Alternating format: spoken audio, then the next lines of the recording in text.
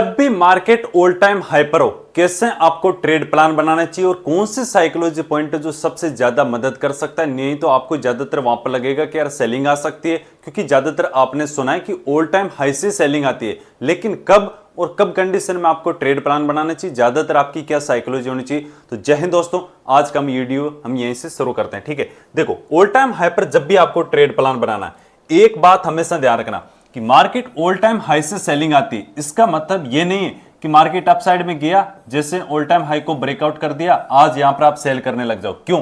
क्योंकि मार्केट मान लो all time high गया, फिर नीचे है, जब तक ऑल टाइम हाई ब्रेक करेगा यहां से सेलिंग आई।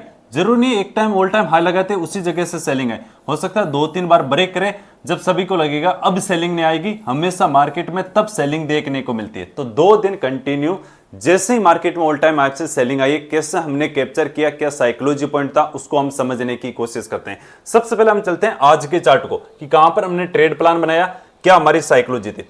क्लियर कट मैंने आपको लाइव ट्रेडिंग ग्रुप स्टूडेंट में बोला था कि जो मॉर्निंग का डायरेक्शन है वो डाउन साइड में आपको ओनली फॉर सेलिंग साइड की साइकोलॉजी और सेलिंग साइड का सेटअप देखना है। बट ऐसा क्यों?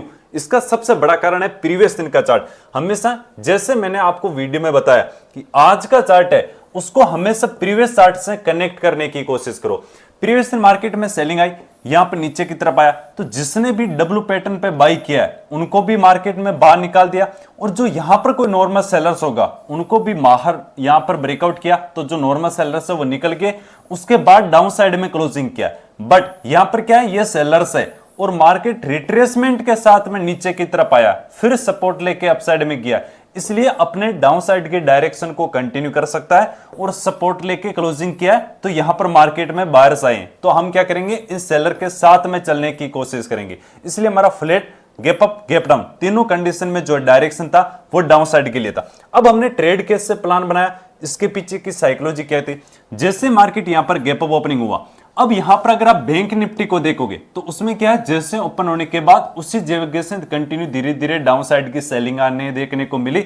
तो हमेशा जैसे मैं बोलता हूं, एक इंडेक्स को देख रहे दूसरे इंडेक्स में ज्यादातर लोग हमेशा ट्रेड प्लान बनाते हैं। तो अब इसमें क्या किया, निफ्टी में जो फर्स्ट कैंडल स्टिक बनी है उसके हाई को ब्रेकआउट किया, फिर जो सेकेंड कैंडल स्टिक बनी है उसके भी हाई को ब्रेकआउट किया, इस हाई को भी ब्रेकआउट किया, इसका हाई को भी ब्रेकआउट किया। तो जैसे ये हैमर टाइप की कैंडल स्टिक बनी है, जो चौथी कैंडल स्टिक है, तब आपको मैंने क्लियर कट जो हमारा लाइव ट्रेडिंग ग्रुप है उसमें आपको बोला था कि मार्केट डाउन साइड आ सकता है, आपका क्लियर कट डाउन साइड का व्यू होना चाहिए। और उसी जगह से मार्केट ने डाउन साइड के मोमेंटम को कंटिन्यू किया। कि एक तो क्या साइकोलॉजी थी कि हमारा जो मार्केट का डायरेक्शन है वो डाउन साइड के लिए, ट्रेंड अप ट्रेंड है बट डायरेक्शन यहां पर डाउन साइड है। क्यों? क्योंकि लास्ट आवर में मार्केट ने सपोर्ट लेके क्लोजिंग की है, मार्केट का ट्रेंड भी अप ट्रेंड है, तो ज्यादातर हमेशा बाइंग करेंगे कि मार्केट अप साइड में वापस जा सकता है, वापस ऑल टाइम हाई को ब्रेक भी कर सकता है। लेकिन कल जिसने बाई करने की कोशिश की उन सबको निकाल के, फिर जो नॉर्मल बायर्स एक्टिव हैं उन सबको निकालने के लिए मार्केट डाउन साइड आ सकता है। तो जैसे मार्केट, दूसरी कंडीशन क्या थी, वीकनेस। कैसे? जब भी मार्केट यहां पर देखोगे बार बार ऊपर की तरफ ब्रेकआउट कर रहा है, बट क्या अपसाइड मोमेंटम कर रहा है? नहीं। अगर आप वहां पर बैंक निफ्टी को देखोगे तो वो कंटिन्यू लोअर लो पोजीशन बना रहा है, कंटिन्यू ब्रेक करके डाउन साइड आ रहा है, और निफ्टी अपसाइड में ब्रेक कर रहा है, वो भी बहुत ही ज्यादा स्लो मोमेंटम के साथ। तो जैसे मार्केट में ये जो डोजी कैंडल स्टिक बनी, यहां पर एंट्री छोटा सा एसएल 1=2 के आसपास हमारे को टारगेट देखने को मिला। बट 2 दिनों से मैं आज लाइव नहीं आया था, कल लाइव आता तो मैंने आपको क्लियर कट एक बात बोली थी, मार्केट ऑल टाइम हाइपर है, सेलिंग आ सकती है, बिल्कुल सही बात है, बट आपका रिस्क रिवॉर्ड रेशियो हमेशा कम रखना है। अगर आपने टॉपर सेल कर दिया है तो आप 1=2 या 1=3 रख सकते हो, लेकिन रिस्क रिवॉर्ड रेशियो कम रखना है। क्यों? इसका सबसे बड़ा कारण है, जब भी मार्केट का ट्रेंड अप ट्रेंड होता है हमेशा बाय ऑन डिप, मतलब जैसे डिप आएगा वापस बाहर से एक्टिव हो जाएंगे। कैसे? जैसे मार्केट में यहां डिप आया, फिर बाहर से एक्टिव है, फिर डिप आया, फिर आप देखो बाहर से एक्टिव है, फिर डिप आया, फिर बाहर से एक्टिव है। क्या मार्केट लो को ब्रेक करके कंटिन्यू डाउन साइड आ रहा है? नहीं। इसका मतलब क्या है कि अप ट्रेंड है तो बाहर से एक्टिव हो जाएंगे, इसलिए आपको पुलबैक के लिए ट्रेड करना है, ना कि मार्केट पूरा ट्रेंड चेंज होने के लिए। इसलिए हमारा रिस्क रिवॉर्ड रेशियो जो था वो छोटा था। दूसरी बात देखोगे, अगर आपने सही एंट्री प्लान नहीं किए और बार बार लो को ब्रेक करने पे कर रहे हो तो यहां पर आपका स्टॉप लॉस बीट हो गया होगा और मार्केट टोटली साइडवेज हो गया। इसलिए हमेशा बोलता हूं कि आपका मॉर्निंग प्राइस एक्शन सेटअप पर फोकस करना है, उस पर मॉर्निंग में ट्रेड मिल जाएगा, ऑप्शन बाइंग में फास्ट मोमेंटम मिल जाएगा। तो आज का बिल्कुल सिंपल साइकोलॉजी था कि मार्केट का डायरेक्शन डाउन साइड में है, मार्केट का ट्रेंड अप ट्रेंड है बट डायरेक्शन डाउन साइड है। क्यों? क्योंकि एक जो प्रीवियस जो बायर्स है उनका मार्केट में यहां पर एसएल है, तो एसएल खाने के लिए मार्केट डाउन साइड आ सकता है, इसलिए डायरेक्शन डाउन साइड में था।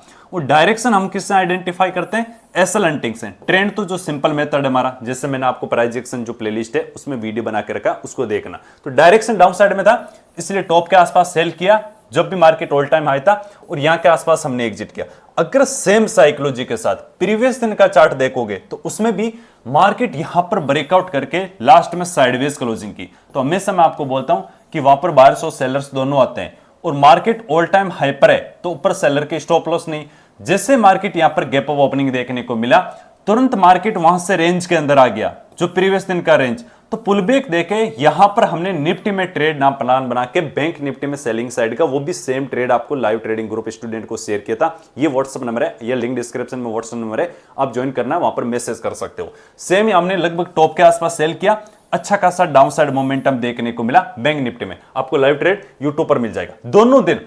अगर आप कल भी देखोगे तो मार्केट ऑल टाइम हाई पर था, तब भी हमने क्या किया? Top on sale. कैसे? उसकी कारण था एक तो एसएल हंटिंग कि प्रीवियस दिन ऊपर की तरफ स्टॉप लॉस थे नहीं, मार्केट में बारिश की स्टॉप लॉस है, तो डायरेक्शन डाउन साइड था। और डायरेक्शन डाउन साइड है तो हमेशा मैं कोशिश करता हूं जो ट्रेड प्लान बनाता हूं वो डाउन साइड का बनाता हूं। सेम आज की बात करें तो भी कहीं ना कहीं बारिश की स्टॉप लॉस थे, डायरेक्शन डाउन साइड में था, ट्रेंड दोनों दिन अप ट्रेंड था, लेकिन डायरेक्शन डाउन साइड में था। इसलिए मैं ज्यादा प्रायोरिटी है ना ट्रेंड को भी देता हूं, बट ज्यादा प्रायोरिटी डायरेक्शन के हिसाब से देता हूं, क्योंकि मुझे बड़ा मोमेंटम कैप्चर नहीं करना है कि ट्रेंड अप ट्रेंड है। मैं ट्रेंड चेंज के लिए ट्रेड नहीं बनाया था कि मार्केट में ट्रेंड चेंज हो जाएगा, इसलिए यहां पर मैंने ट्रेड प्लान बनाया नहीं कि एक पुलबैक आ सकता है, ट्रेंड अप ट्रेंड है तो बारिश के स्टॉप लॉस है, उनका स्टॉप लॉस खाने के लिए आ सकता है। इस बेस पर दोनों के दोनों देखोगे, यहां पर हमने टॉप पर सेल किया, अगर आज भी देखोगे आप टॉप पर सेल किया। अब मैं आपको 2 से 3 साइकोलॉजी पॉइंट बता देता हूं। जब भी मार्केट ऑल टाइम हाई पर होता है, को बहुत सारे लोग क्या सोचते हैं कि ऊपर की तरफ जाएगा, बहुत सारे लोग सोचते हैं अभी तो मार्केट में सेलिंग आना चाहिए। जो बायर्स होते हैं उनको यह पता नहीं रहता कि मार्केट में रेजिस्टेंस लेवल कहां पर है, कहां तक जा सकता है, इसलिए वो ज्यादा क्या अपना ट्रेड प्लान भी नहीं बना पाते, ज्यादा बड़े टारगेट के लिए वेट नहीं कर पाते। क्योंकि मान लो प्राइस यहां चल रहा है तो मुझे पता है कि ये मेरा रेजिस्टेंस है, ये सपोर्ट है, ये रेजिस्टेंस लेवल है। लेकिन जब ऑल टाइम हाई के पास में है तो ऊपर की तरफ तो कोई भी लेवल नहीं है, तो बायर्स का इतना कॉन्फिडेंस नहीं आ पाता। ज्यादातर लोग क्या करते हैं? सेल करने की कोशिश करते हैं, लेकिन वो सही जगह पे एंट्री नहीं कर पाते, इसलिए उनको लॉस हो जाता है। अब हमेशा ऑल टाइम हाई पर सेलिंग आएगा। अब आपने ये सुना है, इसको मैं एक तरीका बताता हूं। जैसे मान लो मेरे पास कोई बॉल है, मैंने ऊपर की तरफ आई, कहीं से तो घूमेगी ना, कहीं से तो घूमेगी, तो ये कोई भी लेवल हो सकता है, यहां पर हो, यहां पर हो, यहां पर हो, ये खुला आसमान हो, तो मार्केट अपसाइड जा रहा है, कभी तो कभी सेलिंग आएगी। तो सेलिंग कहां से आएगी? ऑल टाइम हाई से आएगी। नीचे आना होगा तो सेलिंग, और सेलिंग कहां से होगी? ऑल टाइम हाई से। लेकिन वो हमेशा क्या करता है? ऑल टाइम हाई से जब भी सेलिंग आना हो, कम से कम 3-4 बार आपकी साइकोलॉजी चेंज कर देगा। जब आप बैठे रहोगे कि यार अब सेलिंग आएगी, अब सेलिंग आएगी, तब नहीं आती है, वही लास्ट में आती है। जैसे आपने कहानी सुनी ना, जब स्टार्टिंग में हम पढ़ते थे कि वो गडेरिया वाली कहानी, कि डेली वो खेत के अंदर जाता है, वो कहता है भेड़िया आ गया, भेड़िया आ गया, और जिस दिन भेड़िया नहीं आता, ज्यादातर भेड़े चलाता, तब गांव वाले लोग आते हैं उसकी हेल्प करने के लिए। लेकिन जिस दिन आ जाता है उस दिन वो नहीं कर पाता, क्योंकि लोग उस पर विश्वास नहीं कर पाते। तो सेम मार्केट के अंदर है, जब सबको लगेगा ना कि अब ऑल टाइम हाई से सेलिंग आएगी और सब बार बार लॉस कर चुके होंगे, तब ऑल टाइम हाई से सेलिंग आती है। नहीं तो बहुत बार, जैसे इस साल भी देख सकते हो, पिछले साल देख सकते हो, ज्यादातर लोग बोल रहे थे कि अभी मार्केट में करेक्शन आने वाला, करेक्शन, जब सब थक गए थे, लोग 1 साल से वीडियो बना रहे थे कि करेक्शन आने वाला, करेक्शन आने वाला, सब थक गए, तब मार्केट में 20% का करेक्शन मिला। तो सेम जब भी ऑल टाइम हाई पर आपकी साइकोलॉजी बाइंग साइड और सेलिंग साइड में नहीं रखना, वहां पर देखना कि स्टॉप लॉस कहां पर है। जैसे आज के चार्ट को प्रीवियस चार्ट से कनेक्ट करने की कोशिश करो, और प्रीवियस चार्ट से कैसे कनेक्ट करते हैं? एसएल हंटिंग को समझ गए, बायर्स और सेलर्स को समझ गए। जैसे सैटरडे के दिन वीडियो बनाया था, उस वीडियो को जाकर देखना कि कैसे कनेक्ट करना है। बाकी वीडियो पसंद है, वीडियो को लाइक करो। अगर आपको भी लाइव ट्रेडिंग ग्रुप ज्वाइन करना है, लिंक डिस्क्रिप्शन व्हाट्सएप नंबर है, मिल जाएंगे। थैंक यू, जय हिंद, राम राम।